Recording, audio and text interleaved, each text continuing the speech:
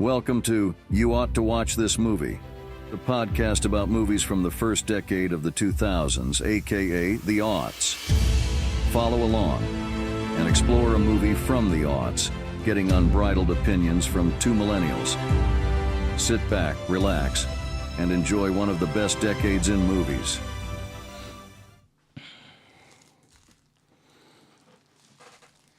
Now is your moment, Gemma. Not to grab, but here, let's try this. Let's try it one more time. Okay, that works. That is Gemma introducing us back to You Ought to Watch This Movie podcast, or The Autumn, as it's known by the fans. We unfortunately did not post last week because of some technical difficulties that were past my... Oh no, it looks like the technical difficulties have got it again. So you got a small little thing with the lovely baby, and the technical difficulties about with the camera have resumed. So don't worry, this will be resolved as of our next show, which will be in 2 weeks.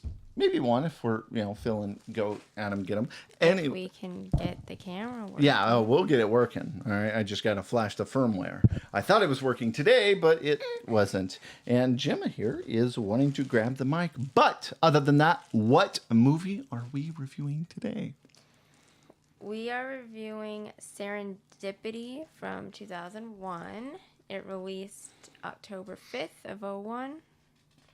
And if you don't want to hear spoilers from this movie, go to your nearest Blockbuster, Hollywood Video, etc. We watched it on Paramount Plus. What corner is Paramount Plus on? Like, if they had a town for all the streaming services, what corner would Paramount Plus be? What are the streets called? Well, I don't know. We haven't figured that out. I don't know. I was going to say something snarky, but I won't. Because I do not want to get... Call it... Gemma's laughing. You have to say it. No, I just don't want to get in trouble. For what? For saying something rude. Oh, okay. Well, you are way nicer than I am. Why do you want to grab the mic, little baby? The mic is our friend. We don't want to interfere with its capacity, little lady. Yeah, get that book. So... Serendipity. Yes, first we have to say the movies we skipped, which is what I'm trying to get to. Well, while she's doing that, I'll make a comment about the name. Serendipity it almost sounds like a play on the character Saren from Star Trek, but if it was like a musical, like dippity-doo-dah, dippity-day. Saren from, the Star Trek, The Next Generation. I thought that was Soren. Oh, whatever. Okay, well, there's a character Saren somewhere in the, fictional universe. But I'm sure still, that. it's probably from some Greek or Latin root. Oh, Greek and Latin. Or Greek or Latin. Greek or Latin. Yes. Not and or? Well, maybe. I don't know. So... We didn't skip any. Ooh, congratulations. We did not skip any movies. Well, I don't know if we'll be skipping additional movies. We will before the next one.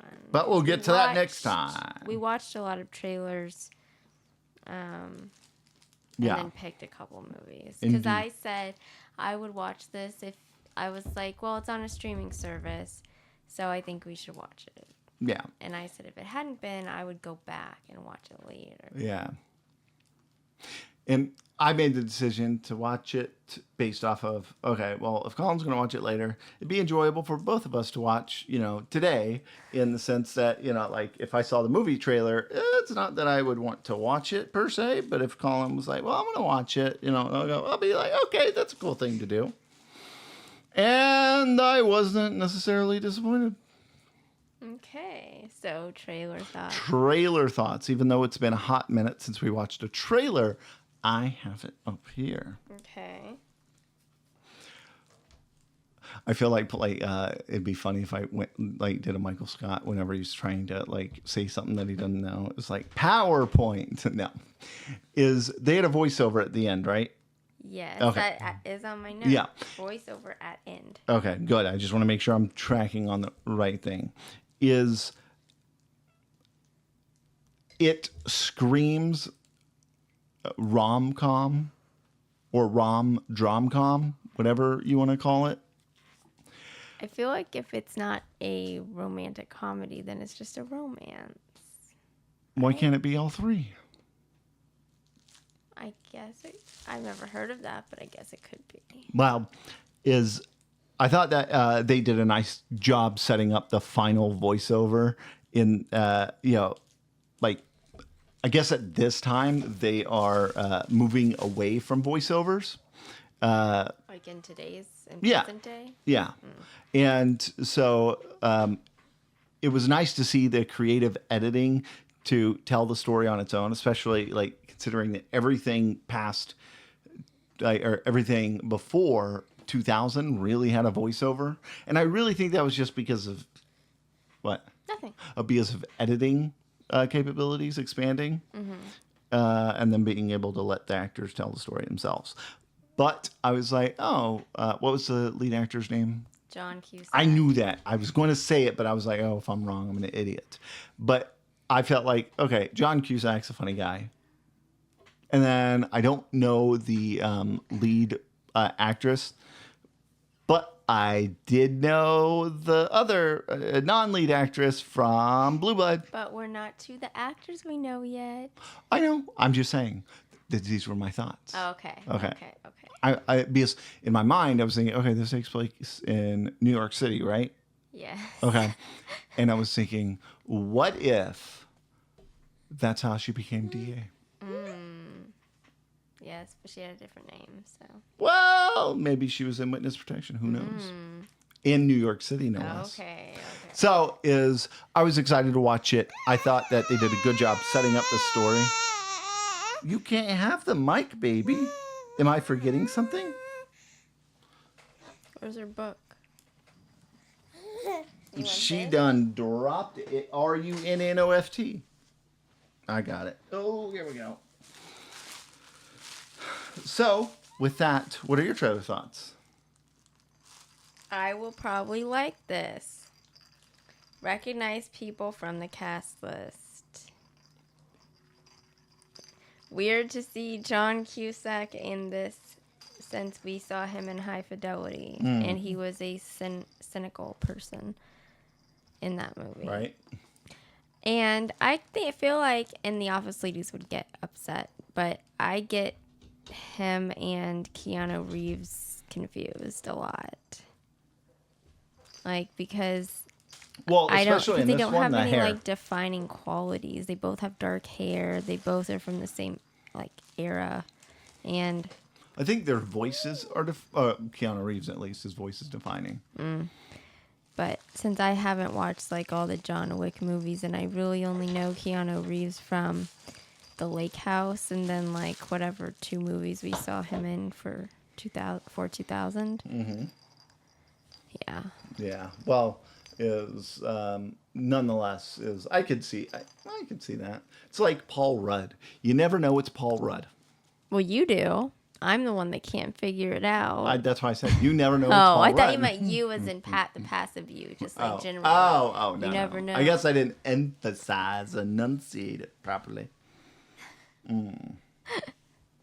We fed you, and I guess you haven't had a nap, but you did earlier. She wants to go to sleep. Is that what I don't it know. is? I'm just saying every time, doesn't matter what time of day we do this. She's always upset or as you say, wily. Which may be cultural appropriation. I'm not sure. Against who? I don't know.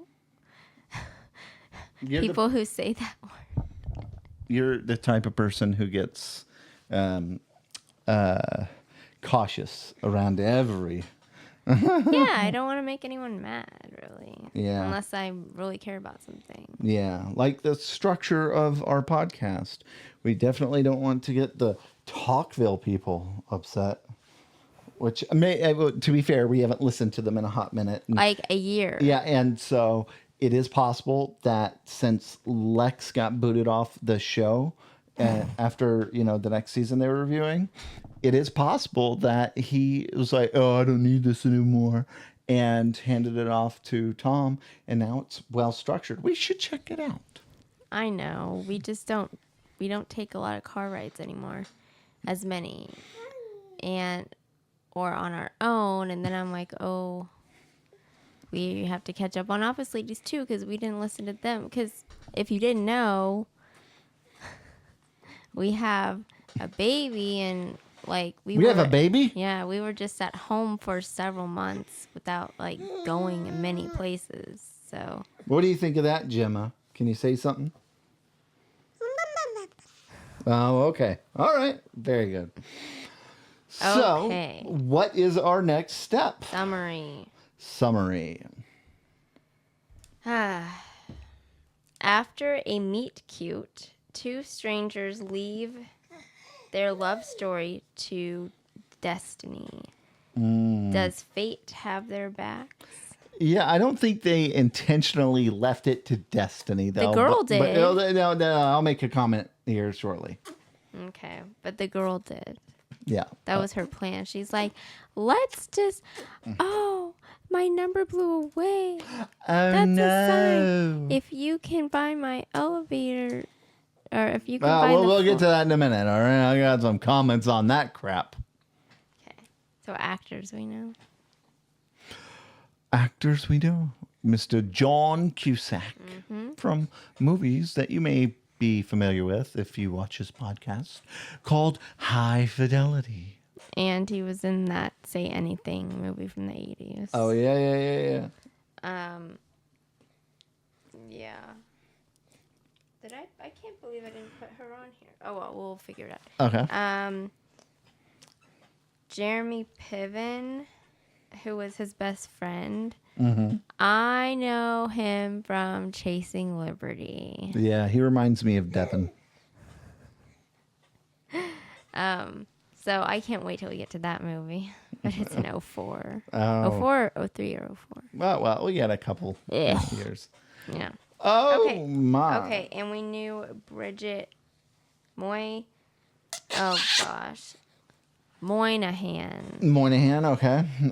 What was she from? We know her as Erin from... Reagan. Yes, I forgot their last name. From Blue Erin Bloods. Reagan from Blue Bloods, yes. Yeah. Okay. Eugene Levy.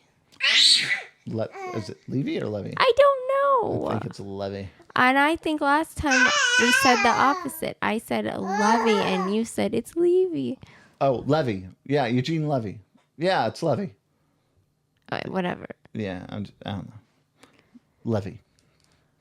I'm going to levy that against you. Levy. Okay, so he's on for multiple things. American Pie, Schitt's Creek. Oh, he is excellent in Schitt's Creek. Best in Show, which we passed over. Yeah. But now I'm thinking we should have watched it, and I tried when IMDb said it was on Netflix, but it really wasn't. Oh, I remember that. It was right after what's her face passed away. Catherine O'Hara. Yeah, I was about to say it's a K sound. We also knew what is her name from Saturday Night Live? Molly Shannon. I think she's not on the cast list. That's why I didn't write her down. Oh, that's weird. I hate it when they do that. She played. They're like uncredited. Yeah, she played the lead in Superstar. Yeah. Which is a good comedy. Okay, I think that's all of the actors we know. So the lead actress was Kate Beckinsale, but I don't think we knew her from anything. I know the name, like, I don't know how, but I know the name. I just don't recognize her. I know. It sounded familiar to me too, the name. Yeah. But anyway. All right. Well, comments. All right. I want to hear some of yours first. Okay. She was in Click. Oh, yeah. She didn't leave that much of an impression. I must have clicked right past her. Okay. Well, they mentioned Cool Hand Luke in the beginning, a movie. Okay. And it made me think of Gilmore Girls because they've mentioned That's funny. They mentioned that movie on Gilmore Girls. Oh, that's funny. Then I wrote, I don't have a lot of comments. ... Oh. Then I said, overall, I liked this movie. It was slow in parts, and I'm glad it was only an hour and a half. Yes. It was too slow to be any longer, but it had a good pace to it. It was not really a rom-com. It was a rom-com. It was kind of like The Holiday. Like, when I think of The Holiday, I don't think... The Holiday's a rom-com-drom. It has very little comedy. It's mostly serious. Yeah, but it's got funny situations. Like, oh, hey, I just showed up from England, because I missed you at Christmas time, and I'm engaged now, and I want to shack up with you one more time. That sounds like Austin Powers. No, this sounds like Austin Powers, baby. Yeah, let's get to shagalicious. Okay, well, anyway, I don't know. I feel like maybe there should be another name for things than rom-com because not everything falls in that category. But then I was thinking we can't call them chick flicks because that's demeaning. Okay, what about rom-com-drom?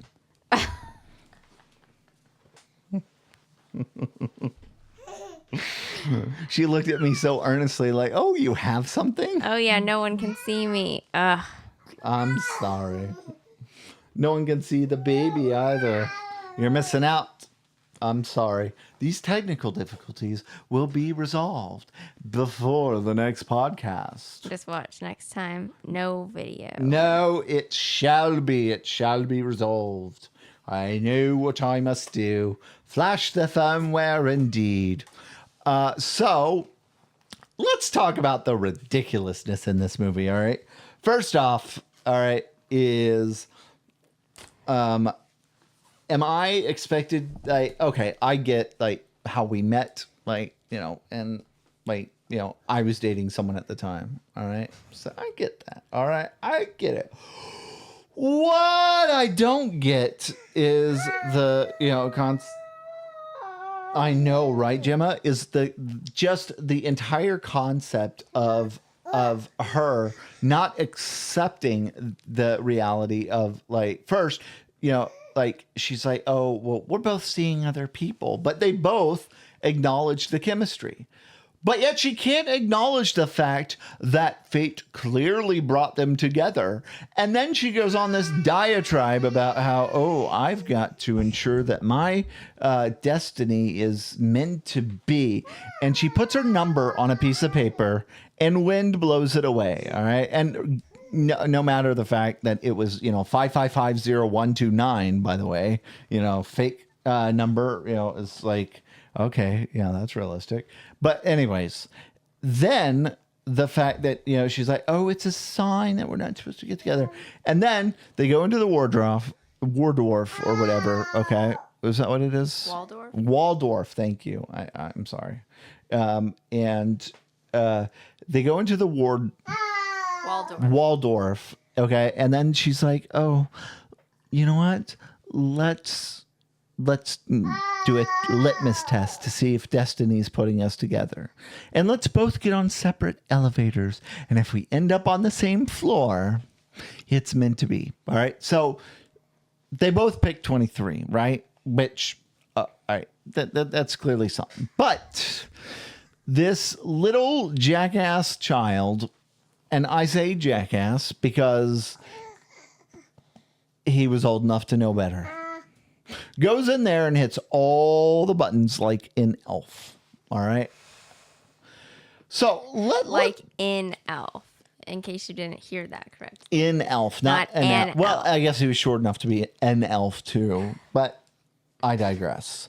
He hits all these buttons, and then we're supposed to expect this individual, John Cusack's character, can't remember his name for the life of me, but that's okay. We're supposed to just sit there, and I get suspension of disbelief and believe that this guy who, has all of these, we'll get over this hump type characteristics that are later observed in the movie whenever he's trying to find her. I'm supposed to just believe that he wouldn't get off on the next floor and call another elevator. There were 6 of them.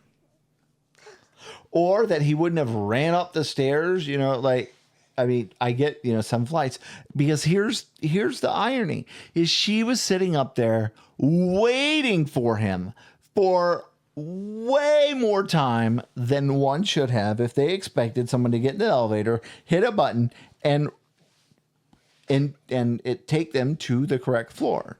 So clearly she has some doubts in her own idea of, what fate is, right? But then, she signs this number and pays for something. And this is before the elevator scene. And says, if it's meant to be, you'll find it. And I'll stick my name and phone in this particular book, okay? Now, the conspiracy theory, all right? Okay. How did the main character... or not the main character, the woman that John Cusack was going to marry, end up in Blue Bloods? That's not a conspiracy. I'm creating it. But it's just because it's the same actor. I know. But imagine if the storyline is as follows.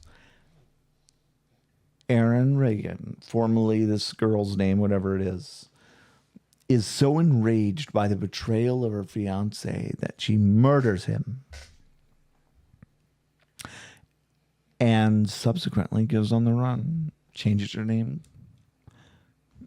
finds a criminal family in a powerful spot. That changes the entire perspective about what Blue Bloods actually is. Then became, ADA or DA or whatever. Mm-hmm. Just a thought for your peace of mind.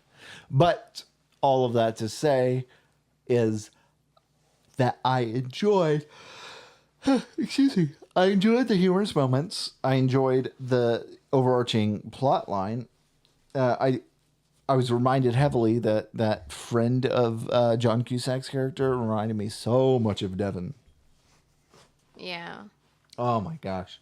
It was wild. I didn't get that vibe, but that's okay. What the?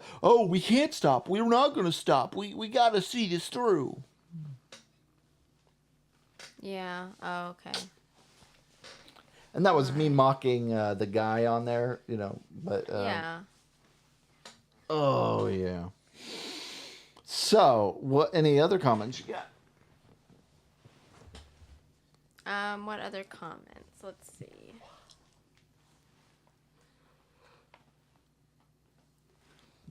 Well, I'm glad we watched it because I don't like to go back and think, maybe we should have watched something. Yeah. But I'm still just trying to find, that great rom-com. Where did they start having, or whatever, romance. These great romance movies. I don't think we found it yet. Book. Yes, and that's in 2004. So, I mean, there's that. Was it the Lake Notebook House. of a book? Yes. Well, I guess, it's in the year Nicholas now. Sparks. You could read it. I read the book in 9th grade after I saw the movie. Oh. Well. The more you know. I think I have it in my bookshelf. Okay. Yeah. I think. Otherwise, it's at home. I mean, at my parents' home. So, what? With stuff I left behind.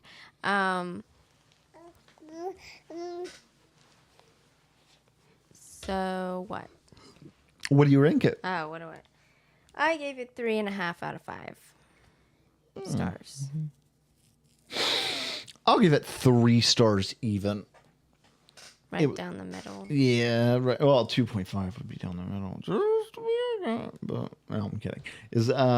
3 stars because it was good, decent comedy.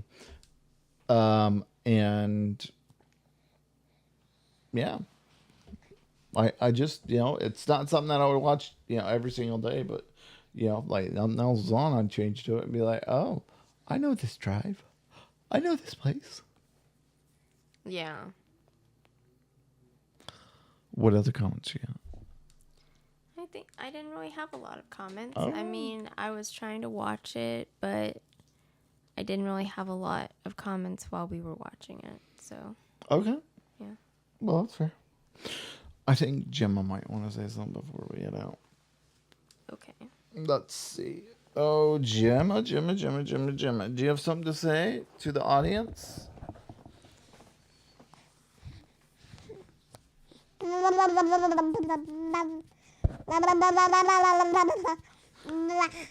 Okay. Good job. Well, with that, I think we are done with Serendipity. Do-da, dippity day. Saren's having a wonderful day. Saren is a weird name. Yeah, maybe it's Lord of the Rings. I don't know. The Eye of Saren, or I don't know. Yeah, maybe. But, yeah. Well, we will be back for our next podcast, and it will contain color video. Hopefully, yeah. No, it will. You like how I added color? Yeah, I was going to say it would be funny if you made it black and white. And put like a grain over it so it looked like extra old. Yeah. Yeah. You can't see this on camera right now, but oh man, this baby is pulling my beard. Gemma, we told you that's not nice. Okay?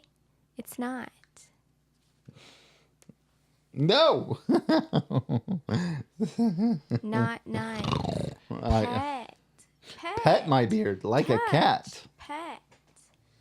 And this has been a raising a baby moment with Colin and Miles. Well, with that, we will see you folks next time. And until then, remember, if you're talking to someone you love, just let them know one of these days. That's a Buster Keaton. No. Jackie Gleason. Jackie Gleason reference. From The Honeymooners, because I was watching a show that Miles, glommed onto. Yeah, I like glomming onto things. Glom, glom, glom, like this microphone. Glom. Okay. All right, we gotta go. We'll talk to you next time. Thanks, guys. Bye. Thanks for listening to You Ought to Watch This Movie, a podcast about movies from the first decade of the 2000s, aka the aughts. Be sure to subscribe for new episodes covering movies you ought to watch. We'll see you next time.